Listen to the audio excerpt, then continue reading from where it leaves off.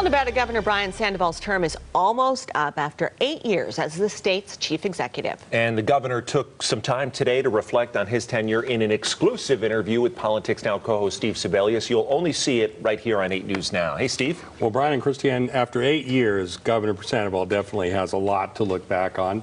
Winning a competitive race against the son of political legend Harry Reid, wildfires, floods, and the October 1st mass shooting, turning billion-dollar deficits into budget surpluses, and passing the largest tax increase in state history to fund historic improvements to Nevada's schools. That's a lot of experience. So I asked the governor what advice he'd give to his successor, Governor-elect Steve Sisolak. Well, you got to work hard. I mean, you don't get a day off.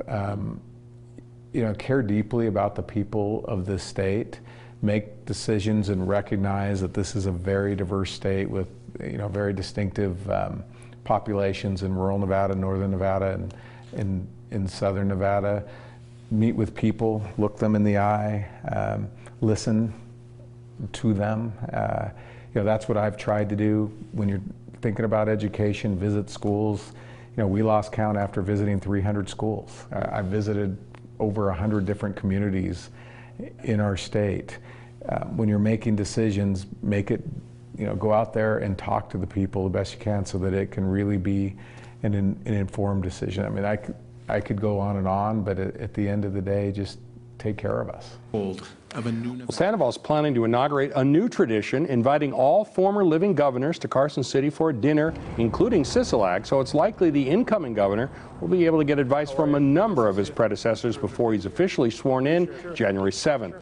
The current governor said he couldn't name a single most memorable moment of his tenure, which began back in 2010, but he says moments when he can see the impact he's had on people's lives.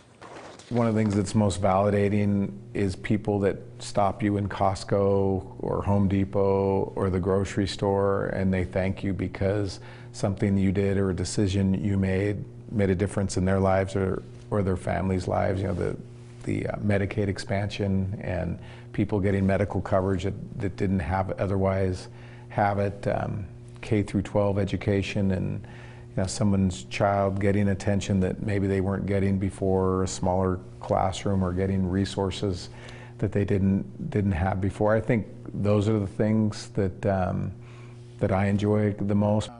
Although Sandoval's term limited, he said he wouldn't have wanted to seek a third term even if it was allowed.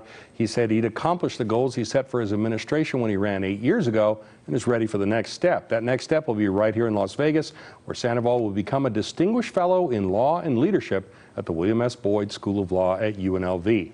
There's a lot more to my interview with the governor, including his biggest regret in office and his sometimes complicated relationship with the Nevada Republican Party. For more, you want to tune into Politics Now at 4:30 p.m. Saturday right here on 8 News Now. Getting all the governors together is really a smart idea, isn't it? It's the first time. No one's ever done it before, and I think it would be very informative for the incoming governor. Impart and pass on some wisdom and advice. Yeah, absolutely. Hopefully there'll be no fistfights at that dinner. We'll never know. We'll never know. Thanks, Steve. Yep.